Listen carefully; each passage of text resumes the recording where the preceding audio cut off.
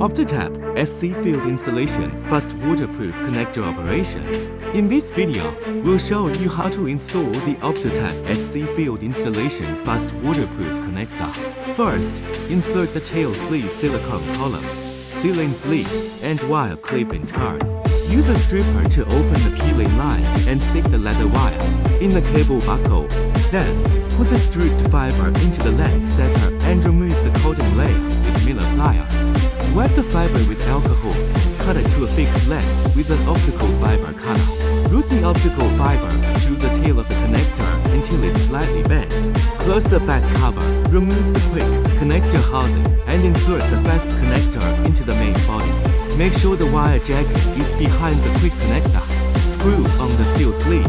Fit the silicone column tightly in it. Then screw on the tail sleeve. Finally, remove the quick compact dust pad. That's it, installation completed. Master these steps for efficient OPTITAP SC connector setup.